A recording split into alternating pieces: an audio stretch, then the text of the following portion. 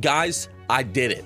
I just finished my very first run of Blackfathom Deeps, the new raid that was given to us in Season of Mastery. New boss mechanics, new loot, even got for myself the epic chess piece. Fellas, today I would like to talk about Blackfathom Deeps, the good, the bad, and also just some thoughts going forward into the future raids like Nomragon and so on. So let's descend down into the depths and talk about BFD. Before we get started though, have to thank this channel's sponsor, Zygor. It's World of Warcraft's ultimate add-on, linked down below in the description. It was recently updated for Season of Discovery, so if you're looking for a fantastic add-on for leveling up those ults, for making some gold, or even if you're someone that only plays Dragonflight, dude, Zygor does literally everything in World of Warcraft. Check them out down in the description today.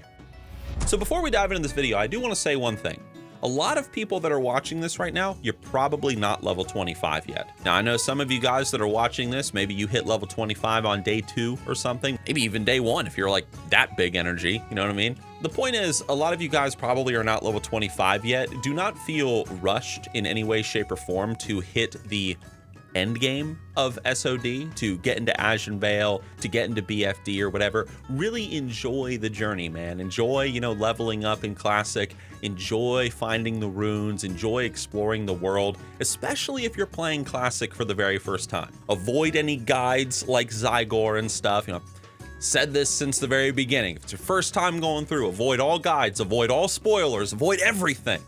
And just take it in, take your time, have fun with it. But I'm gonna tell you right now, when you hit level 25, you're in for a surprise. So let's talk about BFD. So let us begin by addressing just a very, very small thing when it comes to Blackfathom Deeps, and that is this.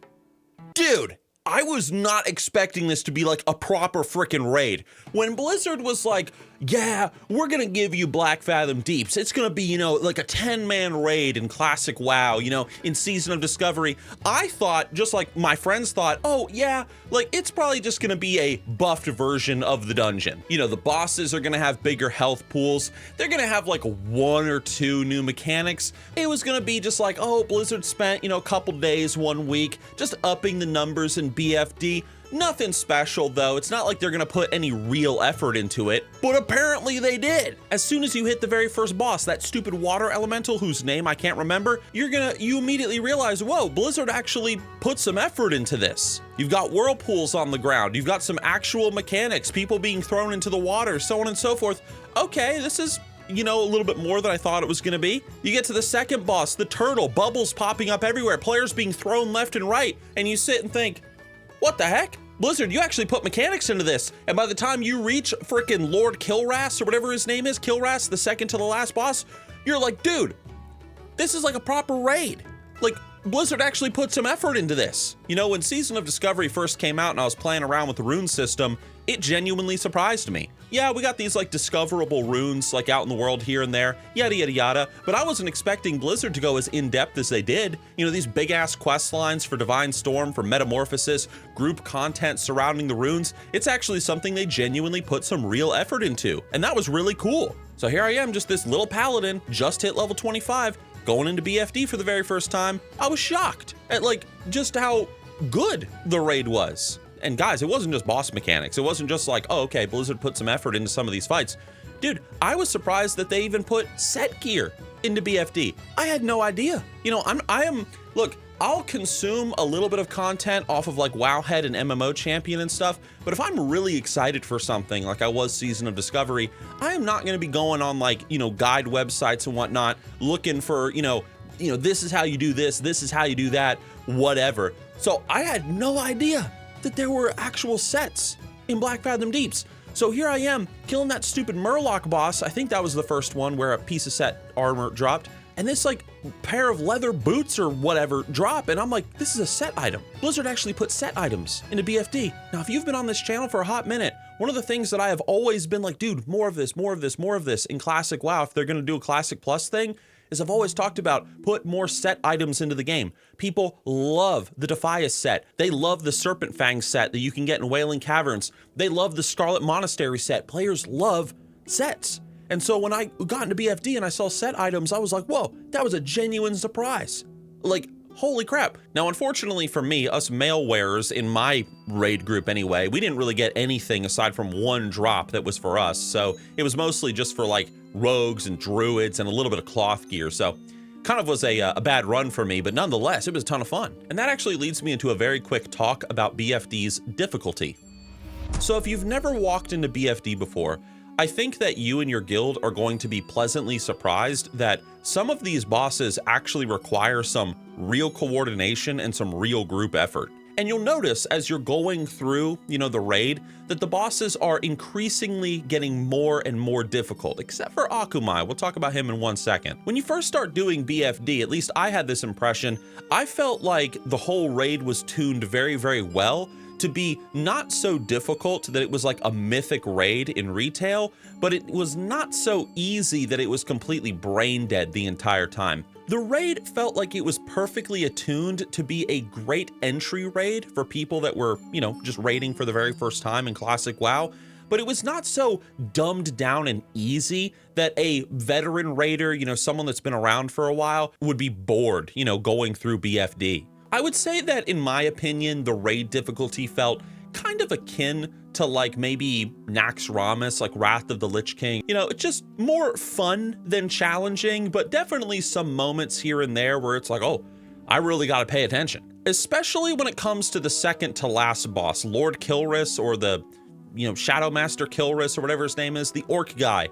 You're going to quickly realize that there is a massive difficulty jump once you guys get to this dude. You are going to have to be in Discord. You are going to have to be in Skype. And you're going to have to actually talk, coordinate a little bit. You're going to be put to sleep, going into this like crazy dream sequence, looking for portals. It's a really solid fight. Now, our guild on Crusader Strike EU, I was in a raid group with mostly people from our guild except for one random guy. And we wiped on this guy a lot. I think we probably wiped on him about 10 or 12 times. And then we decided to do it, again the next day. And it was during that time that we took the opportunity to actually go out, buy consumables, buy elixirs, buy those things that we need, buy those things that you were going to be having to buy, at level 60 if you were going to do a level 60 raid, because potions and everything, very important. We went out, we gathered all that crap, then we came back and we were finally able to kill the boss. And it was great. But I will say that after killing him, you guys might be a little bit disappointed by Akumai. He's a fun fight, and I did enjoy fighting him, but we really didn't have that much trouble with him. I don't know about you guys. I mean, if anybody here has done BFD, like what you guys thought of the Akumai fight, I felt like it's always a little weird when the boss just before the final boss is like better designed and is more challenging than the final boss. At least I think so. It's really just a fight that the tanks really have to be on point about as they get more stacks of that poison and stuff. There's going to be void walkers that are going to be spawned. There's going to be ads. It's a solid fight. It's just not as difficult as the Kilris fight. So a little slightly mildly disappointed by that, but that's okay. My favorite fight though in the raid, a lot of people have been complimenting the Murloc fight, and that fight is awesome. Although I did find a way to kind of cheese it, I admit. I found that if I stand here, the March of the Murlocs section tends to be very, very easy, but that's mostly because I think my camera's able to be zoomed out a lot in this location, so you can see it on your screen right now. I would say though that my favorite fight was the fight directly after the Murloc, where you have to like fight your way up the hallway, you have to kill the healers, and then eventually the boss appears and he puts the totems down. I admit that when we killed this guy, I was dead. But nonetheless, this was a really cool fight. I like boss fights that are really all about racing against the clock. So these, Naga Sirens summoning all the Murlocs and stuff that you got to kill, and then the boss shows up. I think it's a lot of fun. Talk about a pleasant surprise, like a very pleasant surprise, a very enjoyable raid. I'm going to be raiding it again here very soon because the reset is only a couple of days in between.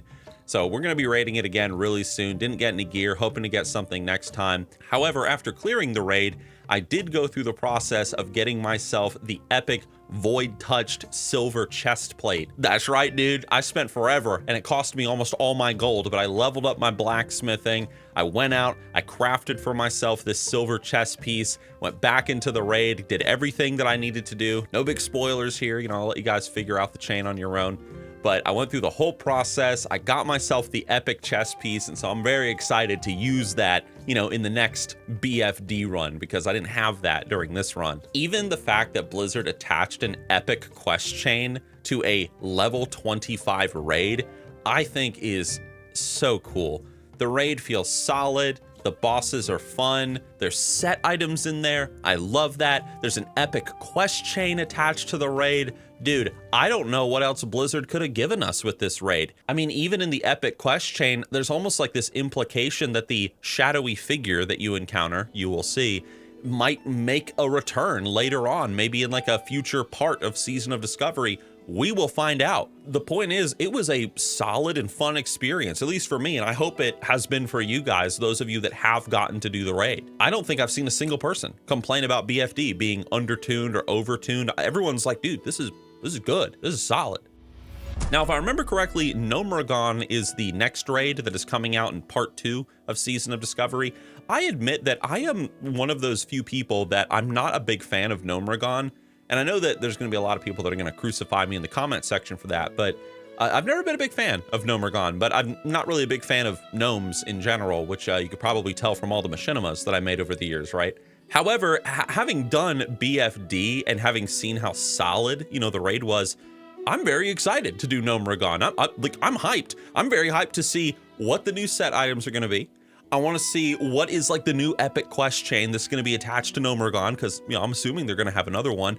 It's going to be great. But the thing is, one thing that we talked about in the Discord chat as we were doing the raid is that if BFD is this solid, Blizzard is going to have to completely redo the end game of Classic WoW once we're finally able to hit level 60.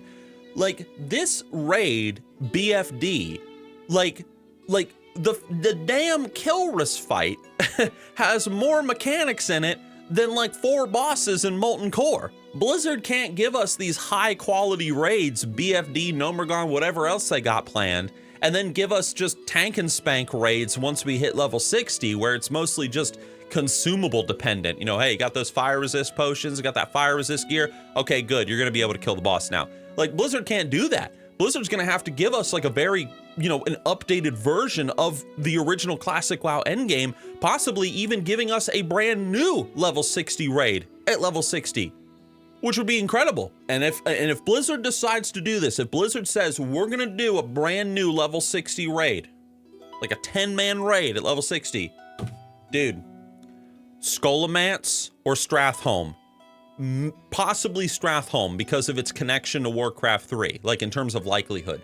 Dude, Stratholme, imagine like there's like a bit where you have to fight like a ghost Arthas, but it's like Arthas's curse or something. You're fighting Arthas and the ghostly echoes of his men that went through the city and burned it down. And then periodically as you're fighting Arthas, he's kind of, you know, shifting in his ghost form from being Arthas to being the Lich King to being Arthas again, you know, just implying like what he became. That's an idea, Blizzard, you know, just a small idea from Nixxiom to you guys. So I would be happy with Scholomance too, man. Evil lair of the necromancers located under a haunted island in the middle of the lake. That's like classic fantasy, man. That's like classic D&D type adventuring. Like, that would be fantastic. So at this point, fellas, the only thing that I have not done in Season of Discovery's endgame is a proper deep dive into the Ashenvale World PvP. I've done some Ashenvale World PvP, but I've never